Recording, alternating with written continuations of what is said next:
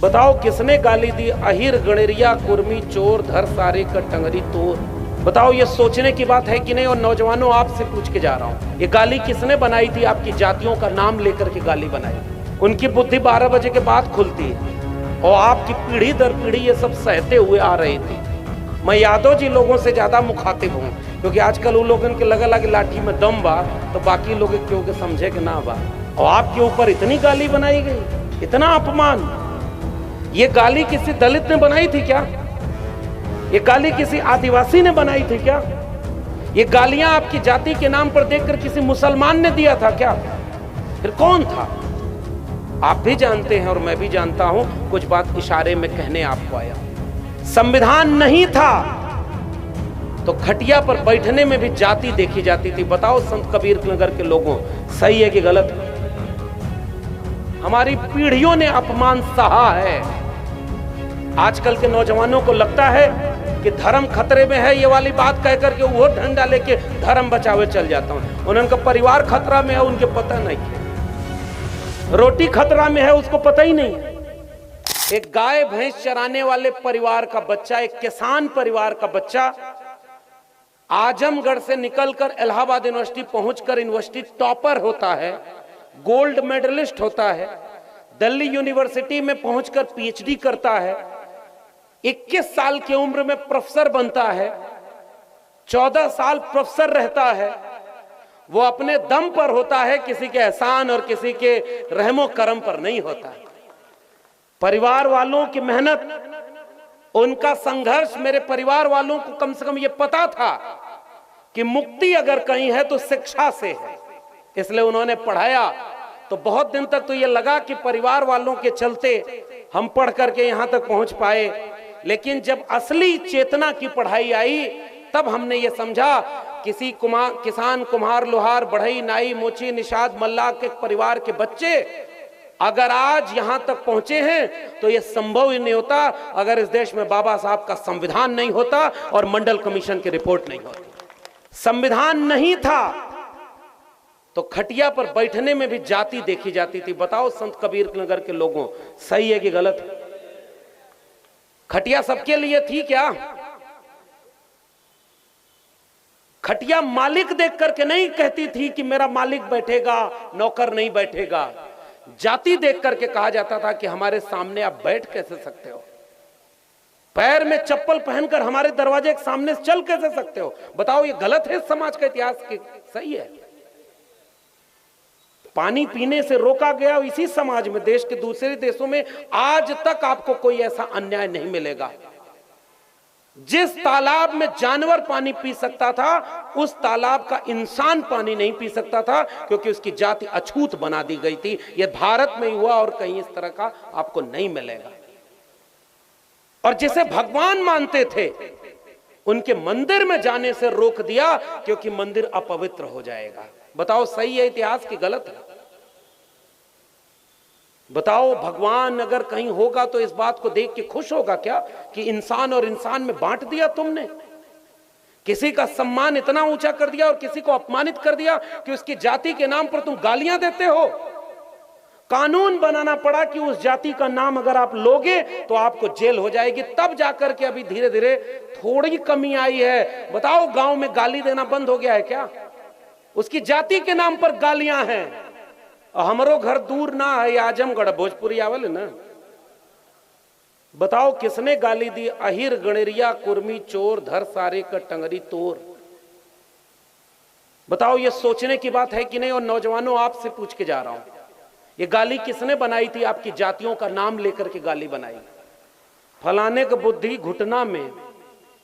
बताओ पुराने लोग जितने हैं, सुना है कि नहीं ये गाली? उनकी बुद्धि 12 बजे के बाद खुलती है और आपकी पीढ़ी दर पीढ़ी ये सब सहते हुए आ रहे थे। मैं यादव जी लोगों से ज्यादा मुखातिब हूं, क्योंकि आजकल उन लोगों के लगा लगे लाठी में दम बा तो बाकी लोग क्योंकि समझे कि ना बा। और आपके ऊपर इतनी गाली बनाई गई, इतना अपमान। ये गाली किसी दलित ने बनाई थी क्या? ये गाली किसी आदिवासी ने बनाई थी क्या? ये गालियां आपकी जाति के नाम पर देखकर किसी मुसलमान ने दिया था क्या? फिर कौन था? आप भी जानते हैं और मैं भी जानता हूं। कुछ बात इशारे में कहने आपको आया। जो उन्होंने किया वो तो उनका काम था, हमारा और आपका काम क्या था?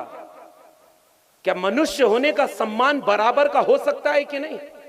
आप चौराहे पर जाओ और आज आपको कोई गाली दे दे, आपको दिन भर नींद नहीं आएगी, चैन से बैठेंगे नहीं। और अगर आपके हाथ में ताकत होगी तो कोर्ट मुकदमा करवाओगे, कोई अगर थप्पड़ मार दे तो उसको जेल भिजवाओगे।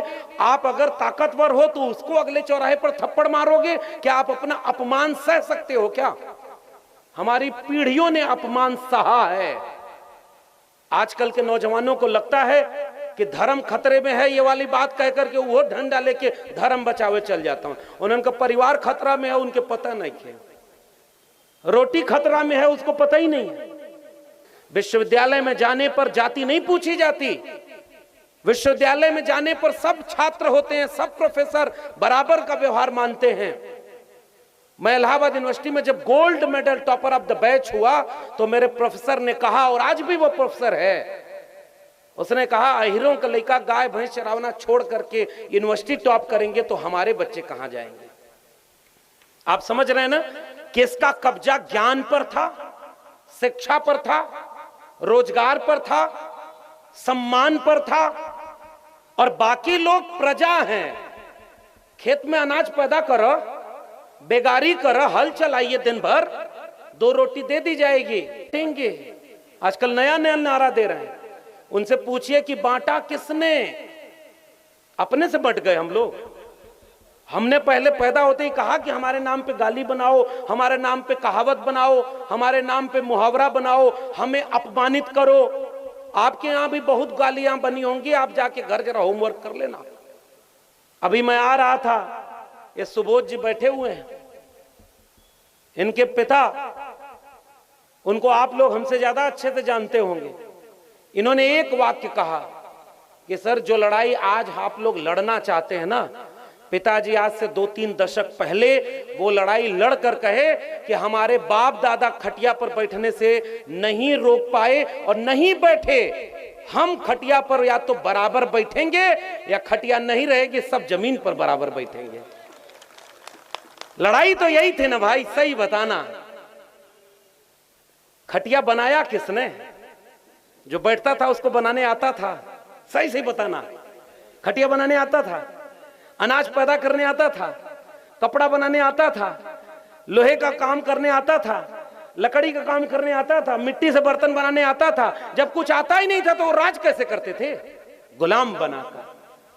और जो कमेरा लोग थे, जो मेहनत करते थे, उन्हीं को समझा दिया कि हम चूंकि बड़े हैं, आप छोटे लोग हो, छोटी जाति है, आप किस बात के हमारे सामने आप बैठे हो, यही कम है क्या? ऐसा था ये भारत बटा हुआ। अगर इस भारत को किसी ने जोड़ा है तो उस जोड़ने वाले नायक और मसीहा का नाम है बाबा साहब डॉक्टर भीमराव अंबेडकर, और उस किताब का नाम है भारत का संविधान। संविधान आया तब हम यहां खड़े हैं। और आज किसी में यह हिम्मत नहीं है कि ये मंच पर जितने लोग बैठे हैं अपने अपने क्षेत्र के लड़ाका लोग हैं। ये निषाद जी चेयरमैन है, क्या गजब की कविताएं लिखते हैं। बताइए, ऐसे ऐसे चेयरमैन आपके यहाँ, बहुरंगी प्रतिभा के धनी। और आज से 50 साल पहले किसी निषाद समुदाय का, समाज का व्यक्ति जो नदी के किनारे जीवन मजबूरी में जीता रहा होगा, भारत का संविधान न होता तो क्या वो मेहदावल का चेयरमैन बनकर के नगर का सेवक बनने का काम करता क्या? यह है संविधान की खूबसूरती। यह है संविधान की खूबसूरती कि यहां वो जो चौरसिया साहब अभी थोड़ी देर पहले बोल रहे थे, चौरसिया साहब स्कूल चलाते हैं, बच्चों को निःशुल्क कम पैसे में शिक्षा देते हैं। एक किस्सा बताऊं, पिछले दिनों रामचरितमानस का एक विवाद हुआ तो मेरी पीएचडी ही उसी पर है। और आपका जिला है संत कबीर नगर, मेरा भक्ति आंदोलन पे पीएचडी थी। तो संत कबीर नगर यहां से चंद किलोमीटर दूर मगहर है। कभी जाना तो देखना, तुम्हारा असली तीर्थ वहां है कि इस भारत को भारत बनाने वाले जो मसीहा थे उनमें से एक थे संत कबीर। मोको कहां ढूंढे रे बंदे, मैं तो तेरे पास में, ना मैं मंदिर ना मैं मस्जिद ना काबे कैलाश में, ना मैं जप में, ना मैं तप में, ना मैं व्रत उपवास में, खोजी हो तो तुरते मिल हो पल भर की तलाश में। और कहें कबीर सुनो भाई साधो, मैं तो हूं विश्वास में, उस कबीर की धरती पर हम बैठे हुए हैं। और उसी कबीर ने चेतावनी दे दी थी कि मन ना रंगाए रंगाए जोगी कपड़ा। और जब मैं जोगी कह रहा हूं तो आप लोग कहीं और मत जाइएगा, मैं कबीर की बात कर रहा हूं। ब्रह्म छोड़ पूजन लागे पथरा, और मुड़वा बढ़ाए दड़िया बढ़ाए, केसवा मुड़ाए जोगी होई गई ना बखरा, और मन ना रंगाए रंगाए जोगी कपड़ा। ये आज से 700 साल पहले नौजवानों पढ़ना बंद कर दिया आपने, किताब पढ़ते नहीं, आजकल रील्स कुल देखा ना लप लप, वही में दुनिया, वही मोबाइल में गायब, उसी मोबाइल में खोजना तुम्हारा भारत मिलेगा। 50 साल पहले की लड़ाई तुम्हें पता नहीं है कि कैसे बराबर का ये मंच कोई लगा। आज से 25-50 साल पहले खोज कर देखना कोई बुद्ध विहार बनाने की हिम्मत थी क्या? इसलिए सलाम करना उन लोगों को जो तथागत बुद्ध को यहां खड़ा किए हुए। लेकिन ये जो बराबरी का समाज आया, कबीर के सपनों का भारत बना। यही मगहर में कबीर लिख गए, कबीर कलयुग कठिन है, साधन चिन्ह कोय, और कामी क्रोधी मस्खरा तिहकर आदर होए। ऐसा समय आएगा जब अच्छे लोगों की पहचान नहीं होगी, ये अच्छे लोगों का जमघट है। इस मंच का इस्तेमाल किसी जाति किसी धर्म के खिलाफ बोलने का नहीं होता। इस मंच का इस्तेमाल मोहब्बत और प्रेम का पैगाम पहुंचाने का होता है। लेकिन जो हमारा समाज है उसे जगाने के लिए एक कोशिश हम लोग कर रहे हैं। वो कोशिश ये है कि अंधविश्वास और पाखंड से बचाइए, अपने बच्चों को शिक्षा दिलाइए। उनकी गरीबी तभी दूर होगी, उनकी मानसिक गुलामी तभी दूर होगी अगर आप अपने बेटा बेटी को शिक्षा दिलाएंगे, तभी वो अपनी मानसिक गुलामी से आजाद होगा। महात्मा ज्योतिबा फूले ने लिखा कि विद्या बिना मति गई, मति बिना गति गई, गति बिना वित्त गया, वित्त बिना शूद्र भये, एक अविद्या से न जाने कितने अन्याय अत्याचार हुए। संत कबीर नगर मेहदावल के लोगों, जरा पुराने लोग बैठे हैं, सोच कर बताना, आज से 25 साल पहले आपके घरों का कोई बच्चा स्कूल जा पाता था क्या? पैदा हुआ तो या तो किसी के खेत में मजदूरी करने को मोहताज हो गया, या तो चुपचाप अपना कमाने को मोहताज हो गया ताकि रात में उसके घर चूल्हा जले। पहली पीढ़ी पिछले 20 साल में पैदा हुई होगी कि गांव में थोड़ा भी जेब में अगर किसी ने 1 रुपया बचाया तो अब वो सोचता है कि अपने बेटा या बेटी को अच्छे स्कूल में एडमिशन करा दे। आप भी 1 रुपया बचाओगे, और अगर आपको शिक्षा की अहमियत पता है तो आप ये सोचोगे कि अपने बच्चे को अच्छे स्कूल में पढ़ाने भेज दें। जरा बताओ, संत कबीर नगर का कितना सरकारी स्कूल जहां फीस नहीं लगती, नाम मात्र की लगती है, उनमें अच्छी पढ़ाई होती है? बताइए, होती है क्या? यहाँ के सरकारी स्कूलों में अच्छी पढ़ाई होती है? जितने मास्टर होने चाहिए उतने हैं क्या? वहां जितना इमारत होनी चाहिए उतना है क्या? प्राइवेट स्कूल में चले जाओगे, चमचमाती इमारत, बढ़िया फीस, हर दिन का ड्रेस, किताब कॉपी, गाड़ी आती है स्कूल पहुंचाती है, बच्चा आता है घर। दोनों, एक लड़का सरकारी स्कूल में पढ़ा, एक प्राइवेट स्कूल में पढ़ा, बताओ दोनों में से आगे बढ़ने की गुंजाइश किसकी है? जोर से बोलिए ना। यहाँ भाषण थोड़े, कथा थोड़े होता कि एक बार ऐसा हुआ कि जब फलाने जी ने फलाने जी को बताया, आप कहेंगे जी अच्छा सुनिए, एक बार इलाहाबाद में पढ़ाई करता था तो इलाहाबाद में एगो पाखंडी बैठा तो कहा, उसी समय गुजरात में भूकंप आया था, तो कहा जानत हुआ गुजरात में भूकंप कैसे आ गया? तो कहा नहीं, कहा जैसे धरती गोल होती है ना, तो इलाहाबाद में कुंभ लगा तो सारी जनता इधर आ गई तो इधर से धरती थोड़ा उठ गई। सामने सब कहा अच्छा बाबा, कहा और का? तो चाय पियावो। तुरंत वो सब गए तो बाबा चमत्कारी हुआ, आई कुल आज से चला था।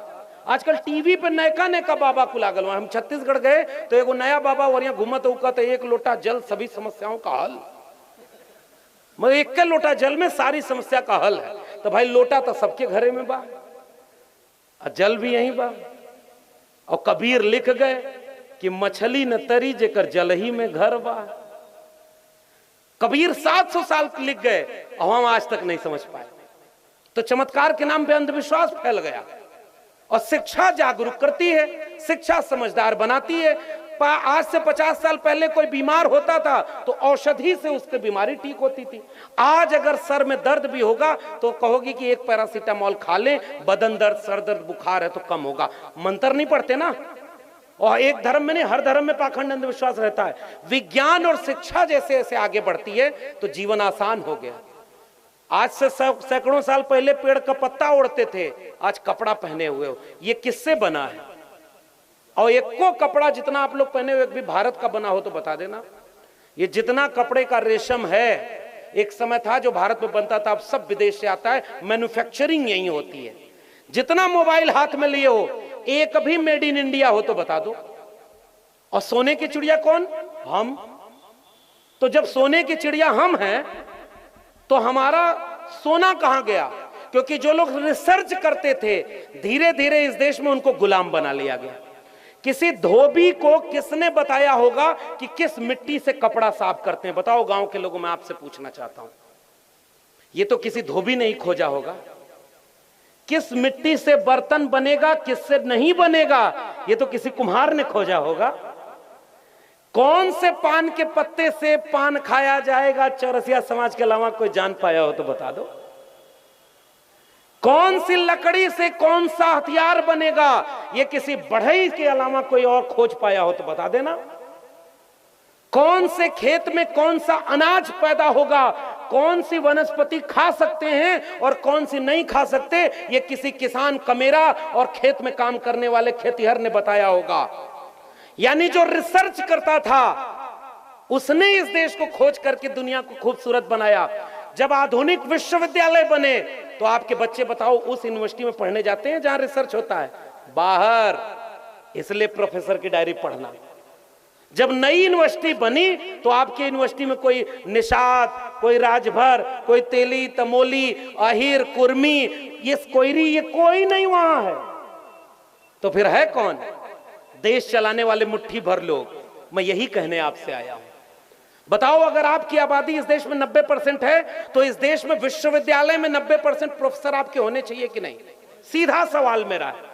और ये लड़ाई इसीलिए किसी और के खिलाफ नहीं है, क्योंकि सोए हुए समाज को जगाना हमारी जिम्मेदारी है।